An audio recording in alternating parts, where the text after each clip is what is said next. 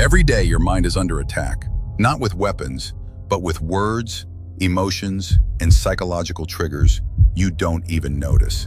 You walk into a store and leave with things you never planned to buy. You reply to a message just because the silence makes you anxious. You say yes to requests even when your gut screams no. This isn't a coincidence.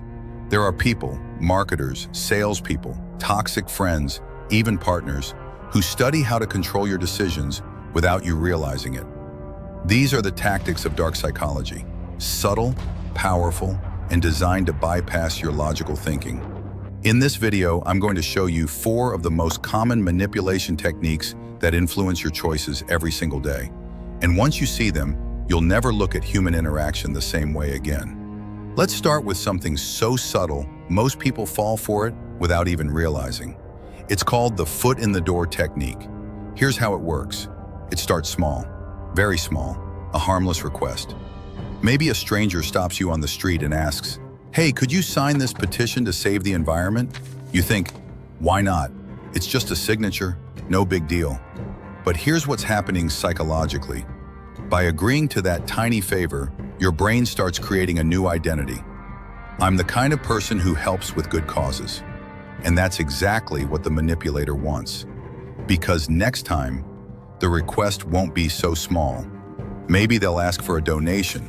Maybe they'll ask you to volunteer your time. Maybe they'll pressure you into making a big purchase or agreeing to something you're uncomfortable with. This tactic doesn't just happen on the street. It happens in marketing. When a company offers you a free sample just to get your attention, it happens in relationships. When someone constantly asks for just a little help, until suddenly you're doing everything for them. Why does it work? Because human beings crave consistency. Once we say yes, we want our future actions to align with that first decision. Otherwise, we feel uncomfortable. Psychologists call this cognitive dissonance. So we keep saying yes again and again until we're deep in a commitment we never planned to make. The scary part? This manipulation builds slowly, one yes at a time, until you're trapped in someone else's agenda. Now, let's talk about one of the most emotionally draining tactics manipulators use, the guilt trip. It's simple, but devastatingly effective. It starts with a subtle comment, a sigh, a look of disappointment, or it's direct and blunt. After everything I've done for you, this is how you treat me. Sound familiar? Guilt trips work by flipping the narrative. Suddenly, you're not the victim anymore. You're the bad guy. You're ungrateful, selfish, thoughtless, even if, deep down, you know you've done nothing wrong. Manipulators love this tactic because it bypasses logic and targets your emotions directly. It doesn't matter if their expectations were unrealistic or if their demands are unfair. What matters is making you feel bad enough that you'll do whatever it takes to make the guilt stop. You'll apologize for things you didn't do. You'll agree to favors you don't want to do. You'll bend over backwards just to restore peace. And the worst part? The more you give in, the worse it gets. Why?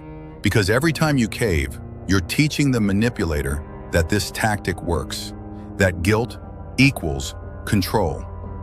You're reinforcing their behavior, turning their emotional manipulation into a habit. And over time, you may even start guilt-tripping yourself, convincing yourself that maybe you are the problem, that maybe you're not doing enough. But here's the truth. Healthy relationships don't require guilt. They're built on communication, not emotional blackmail. Next up is a tactic that triggers one of the most primal fears buried deep inside your brain, the scarcity effect. It plays on your fear of missing out, on time running out, on opportunities slipping through your fingers. You've seen it in marketing 1,000 times. Only 2 items left in stock. Offer ends at midnight. Last chance. Act now or miss out forever. And guess what? It works. Scarcity creates panic. It hijacks your rational thinking and activates your survival instincts. Your brain starts screaming, what if I miss this? What if it's gone forever? What if everyone else grabs it and I'm left with nothing? And so you act quickly, emotionally, without thinking it through. But here's where it gets even darker. Manipulators don't just use scarcity in sales. They use it in relationships, friendships, even workplace dynamics. You'll hear things like, "If you don't commit now, I'll find someone who will. This is your only chance to prove yourself. You're lucky I'm giving you this opportunity. Others would kill for it." They create the illusion that you're replaceable, that their time, their love, their approval is limited. And suddenly, you're chasing after their validation, begging for attention, making rushed decisions, all because you're afraid of losing something that may never have been real in the first place. Scarcity turns calm decision-making into emotional desperation. And the worst part? The pressure feels real, even when the scarcity is completely fake. Now, we enter one of the darkest tactics in manipulation psychology: gaslighting. This isn't just lying. It's not just twisting the truth. Gaslighting is psychological warfare designed to make you doubt your own reality. Here's how it starts. It's subtle at first. You remember a conversation clearly. You remember the words, the tone, even how it made you feel. But when you bring it up, the manipulator says, "That never happened," or "You're remembering it wrong." You feel confused, but you let it go. Next time, it happens again and again and again, until suddenly you start questioning yourself. Am I overreacting? Maybe I'm too sensitive. Maybe it really is my fault. And that's exactly where they want you. Because once you start doubting your own memory, your own emotions, your own perception, you become dependent on them for what's real.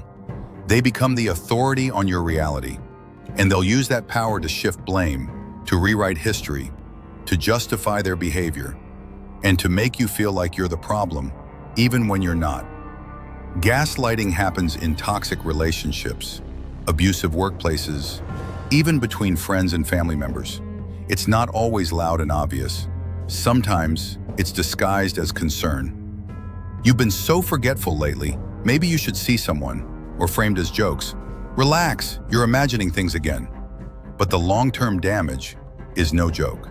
Victims of gaslighting often develop anxiety, depression, and a deep mistrust of their own mind. If you ever find yourself constantly second-guessing your memory, your feelings, or your own sanity, stop. Take a step back. Ask yourself, is it really me, or is someone rewriting my reality? Recognizing gaslighting is the first step to breaking free from it. Now you've seen just how subtle and dangerous these dark psychology tactics really are. From the small requests that trap you, to the guilt that wears you down, the fake urgency that clouds your thinking, and the gaslighting that makes you question your own sanity. Manipulation isn't always obvious. It's quiet, strategic, and it feeds on your emotions when you're not paying attention. But here's the good news. Awareness is your first line of defense.